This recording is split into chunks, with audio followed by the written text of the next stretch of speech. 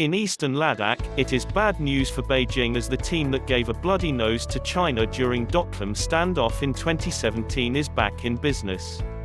China's nose is set to get bloodier at eastern Ladakh in 2020 as the three men of the Doklam team are at the helm of affairs all over again. Prime Minister Modi chaired a high-level meeting regarding the soaring tensions in Ladakh on Tuesday. Three-men National Security Advisor Ajit Doval, Chief of Defence Staff General Bipin Rawat and Foreign Minister S. Jaishankar, comprising the Doklam team, too attended this meeting. Ajit Doval was the NSA even at the time of Doklam standoff, while Jaishankar has grown in stature from India's Foreign Secretary to Foreign Minister, and General Rawat too enjoys more importance in 2020 as the Siddhis than he enjoyed as the Army Chief in 2017. At this meeting it was decided that India won't allow Beijing to alter the status quo at the line of actual control (LAC), and the Chinese troops build-up will be dealt with strength and restraint. The Doklam team will be leading India's response to Chinese aggression at eastern Ladakh, even as the Indian Army troops stand up to the Chinese troop build-up and match up to the People's Liberation of Army's PLA aggression.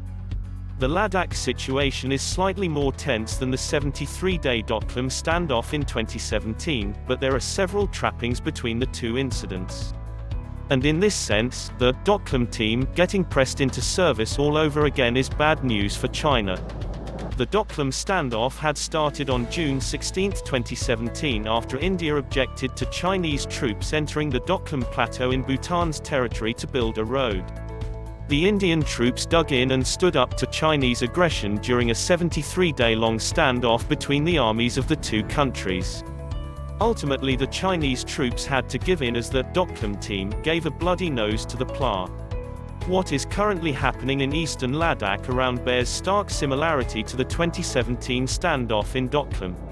Beijing wants India to stall its infrastructure project in the Daulat Beg Oldi (DBO) sector. Hindustan Times has quoted a national security planner in the government as saying, the Darbuk-Shaik DBO road will be completed this year and will raise the Indian capacity to rapidly deploy in the area. If the road project is blocked, the Indian Army will be forced to live off aerial supply lines and prepare for an arduous route linking Sansama to Murgo to DBO through glaciated Sasala. The message from Tuesday's meeting is similar to India's response during the Doklam standoff in 2017. While India favors de-escalation through mutual respect and dialogue through established bilateral mechanisms between India and China, the Doklam team has been asked to prepare for all eventualities. The DBO road project is critical to India's strategic position in the region, and this summer is China's last opportunity to stall it. With extensive troops deployment of around 5,000 soldiers, China is trying to pressurize India into giving in to China's bullying. Beijing had also tried to use a bellicose narrative during the Doklam standoff to weigh down India, but the three men on India's side has stood up firmly to Chinese aggression.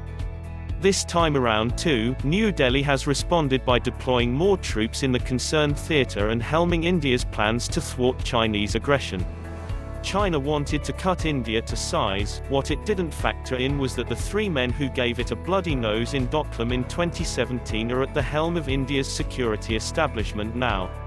The Doklam team has come together yet again and they are ready to make China's nose bloodier.